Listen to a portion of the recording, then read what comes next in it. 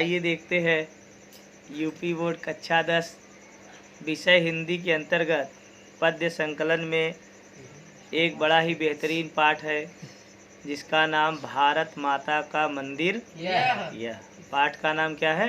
भारत माता का मंदिर यह। किसने लिखा है? मैथिली जी, ये वही मैथिली शरण गुप्त हैं जो कक्षा 9 में आप लोग जीवन परिचय जब इनका पढ़े थे तो आपको याद होगा मैथिली शरण गुप्त चिरगांव जिला झांसी सन 1886 है ना।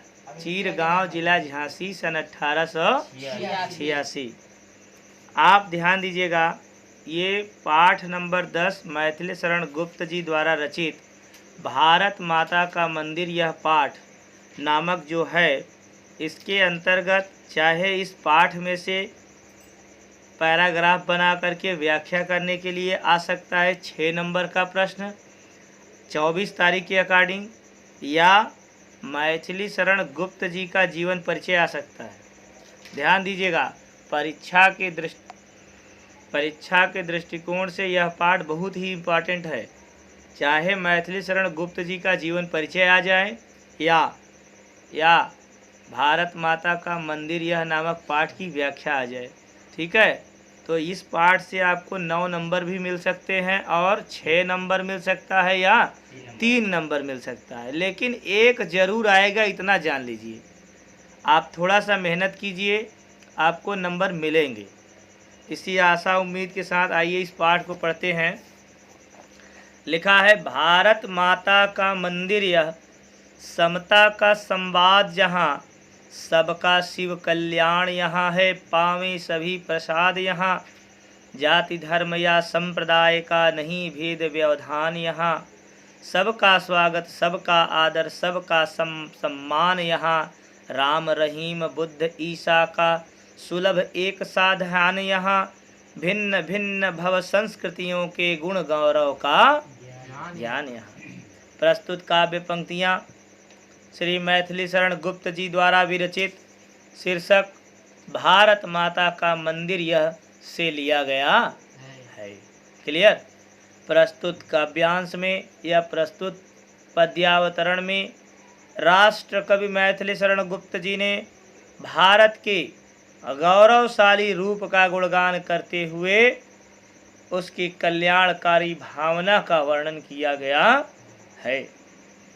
और देखिए लिखा है, कवि कहता है कि भारत माता का मंदिर यह भारत देश एक बड़ा ही अद्वितीय देश है। यह भारत देश एक बड़ा ही अद्वितीय देश है। इस भारत देश की कल्याणकारी भावना उसे विश्व के देशों से क्या कर देती है? अलग कर देती। देखिए लिखा है, भारत माता का मंदिर यह। कवि कह रहा है कि यह भारत माता का मंदिर है, अर्थात भारत का देश है। यह भारत नामक देश है। और आगे देखिए लिखा है, समता का संवाद जहाँ, जहाँ पर समता का मतलब समानता, जाति वेद धर्म इन सब का जहाँ पे बंधन न हो, यह एक ऐसा भारत देश है जहाँ पर समानता का संवाद मतलब समानता की बातचीत की जाती है। सबका शिव कल्याण यहाँ मिला, सबका शिव कल्याण यहाँ। भारत एक ऐसा देश है जहाँ सबका कल्याण होता है। शिव मतलब भलाई, कल्याण। यह भारत एक ऐसा देश है जहाँ पर सबकी क्या होती है? भलाई होती है, सबका कल्याण होता है और पावें सभी प्रसाद यहाँ, और सभी प्रसन्नता रूपी प्रसाद को क्या करते हैं? ग्रहण करते हैं। और सभी लोग प्रसन्नता रूपी प्रसाद को ग्रहण करते हैं।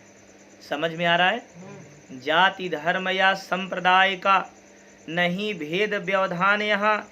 इस भारत नामक भूमि पर, इस भारत नामक देश पर, इस भारत नामक मातृभूमि में जाति धर्म या किसी संप्रदाय की प्रगति को लेकर कभी भी भेद भावना या बाधाएं उत्पन्न नहीं की जाती हैं।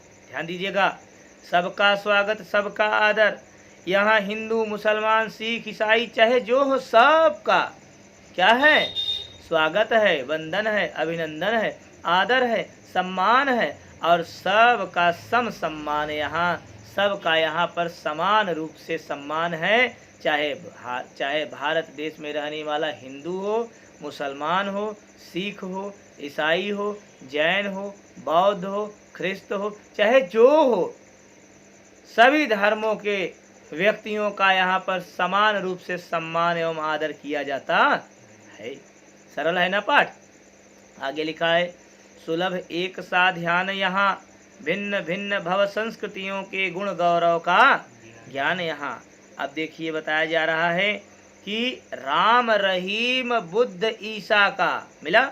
इस देश में जो स्थान भगवान श्री रामचंद्र का है, वही स्थान रहीम का, बुद्ध का, ईसा का सुलभ एक सा ध्यान यहाँ।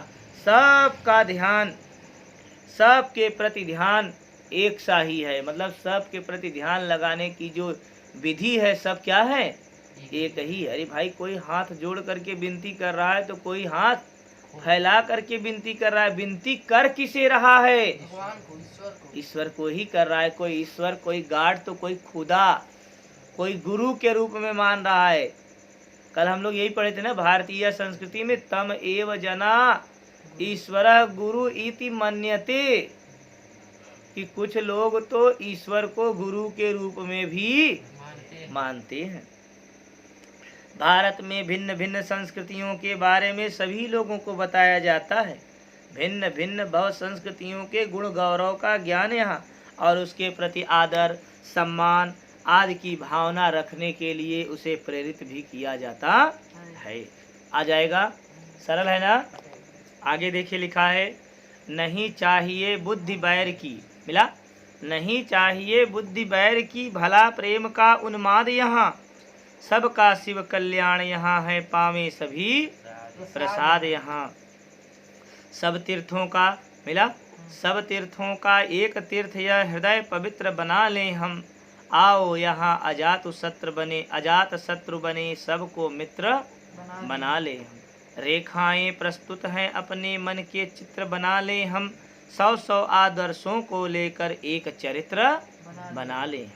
अब देखिए, कवि कह रहा है कि हमारे देश में असीमित प्यार और मानवता की भावना विद्यमान है। हमारे देश में असीमित प्रेम और मानवता की भावना विद्यमान है। नहीं चाहिए बुद्धि बैर की, इसलिए हमें किसी भी प्रकार की बैर, दुश्मनी आदि की कोई आवश्यकता नहीं है। देखिए लिखा है ना कि नहीं चाहिए बुद्धि बैर की, भला प्रेम का उन्माद यहाँ। यहाँ पर केवल और केवल भला और प्रेम का ही उन्माद, मतलब उत्साह बना रहे, असीमित रूप से उत्साह बना रहे। हमें किसी भी प्रकार की कोई बैर, दुश्मनी नहीं चाहिए। आएगा? बोलो। आगे लिखा है, क्या लिखा है? अरे भाई, सबका शिव कल्याण यहाँ है, पावे सभी प्रसाद यहाँ। भारत एक ऐसा देश है जहाँ सबका कल्याण होता है और सभी व्यक्ति, सभी भारतवासी प्रसन्नता रूपी प्रसाद को ग्रहण करें। सरल है ना? सब तीर्थों का तीर्थ एक यह, सभी तीर्थों का यह तीर्थ है अपना भारत देश। अपना भारत देश सभी तीर्थों का क्या है? तीर्थ है। हम हृदय पवित्र बना लें हम, इसलिए अपने हृदय को हम पवित्र बना लें। अपने हृदय को यह बता लें कि जिस देश में हम रहते हैं वही देश सब देशों का देश है। सभी तीर्थों का तीर्थ अपना भारत देश है। ऐसा हम अपने हृदय में भावना रखें।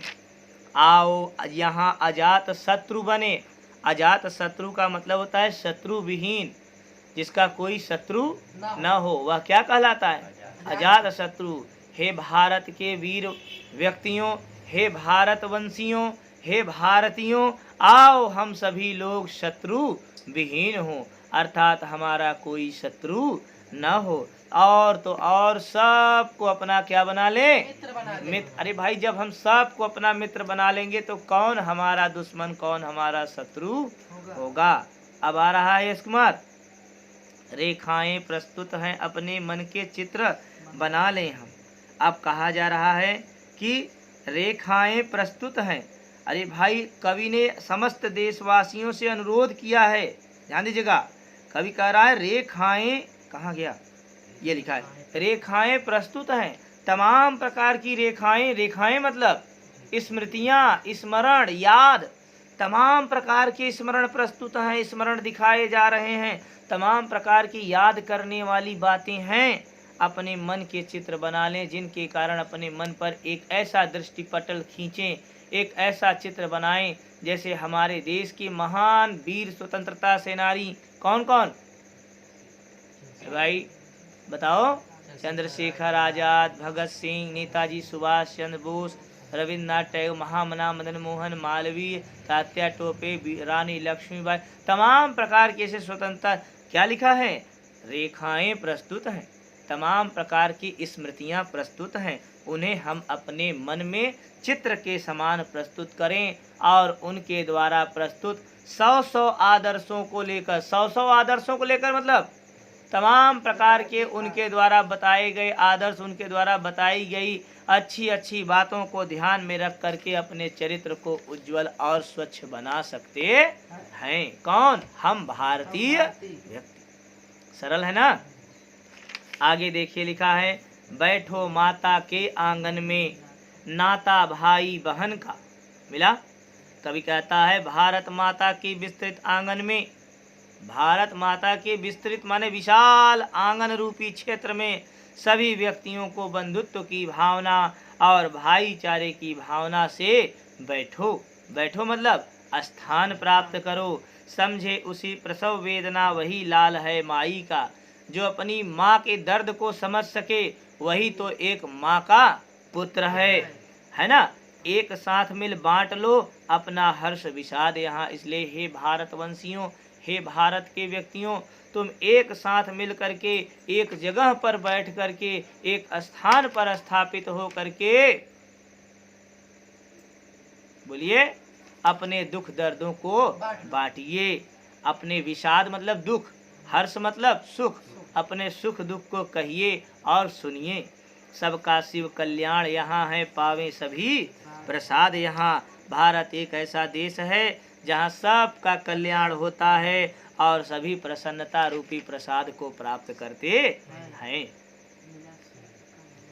एक अब आगे देखिए क्या लिखा है, मिला सेव्य का हमें पुजारी, मिला सेव्य का हमें पुजारी, सकल काम उसी न्यायी का। अब देखिए आगे महात्मा गांधी जी को संबोधित करते हुए कवि राष्ट्र कवि मैथिली शरण गुप्त जी कहते हैं कि भारत माता को महात्मा गांधी जैसे अहिंसा का पुजारी मिला। भारत माता को महात्मा गांधी जैसा पुजारी मिला। मिला सेव्य का हमें पुजारी, सकल काम का न्यायी था। सकल मतलब संपूर्ण, संपूर्ण कर्मों का, संपूर्ण कामों का एक स्वच्छंद न्यायिक व्यक्ति थे वे। कौन? महात्मा गांधी जी। मुक्ति लाभ कर्तव्य यहाँ है एक एक अनुयायी का। मुक्ति लाभ कर्तव्य, मुक्ति के साथ साथ लाभ और कर्तव्य का एक एक अनुयायी है जो उनकी बातों पे खरा उतरा और उनके द्वारा बताए गए मार्ग पर चला। कोटि कोटि कंठों से मिलकर उठे यह जयनाद यहाँ। अब देखिए आगे बताया जा रहा है कि कोटि कोटि कंठों से उत्कंठित, अर्थात कोटि कोटि मतलब करोड़ों, कंठों मतलब आवाज, करोड़ों आवाजों से मिलकर के यहाँ पर भारत देश की जय गाथा को लिखा गया था। सबका शिव कल्याण यहाँ है, पावे सभी प्रसाद यहाँ। भारत एक ऐसा देश है जहाँ पर सबका कल्याण होता है और सभी लोग प्रसन्नता के प्रसाद को ग्रहण करते हैं। पूरा उम्मीद है कि यह पाठ आप लोगों को समझ में आ गया होगा। आइए काव्यगत सौंदर्य आपको बता देते हैं। भाषा खड़ी बोली, शैली मुक्तक है ना, गुण प्रसाद, छंद मुक्त छंद है और अलंकार देखिए कोटि कोटि कंठों में क की बार बार आवृत्ति होने से यहाँ पे कौन सा अलंकार? अनुप्रास अलंकार हुआ है। समझ में आ रहा है ना? पाठ बहुत ही सरल है, इसको ध्यान पूर्वक पढ़िए। परीक्षा के दृष्टिकोण से यह पाठ बहुत ही महत्वपूर्ण है। यहाँ से मैथिली शरण गुप्त का जीवन परिचय या इस पाठ से व्याख्या पूछा जा सकता है, संदर्भ आपको लिखना है, प्रसंग लिखना है, व्याख्या लिखना है, तत्पश्चात काव्यगत सौंदर्य। ठीक है। 24 मार्च बहुत ही नज़दीक है, इसलिए आप सभी विद्यार्थी इस पाठ को ध्यानपूर्वक पढ़ें। पूरा उम्मीद है कि अगर आगे से ना आया तो पीछे से ये सब पाठ जरूर ही आपको अथवा के रूप में मिलेंगे और आप अच्छे से इसको कर पाएंगे।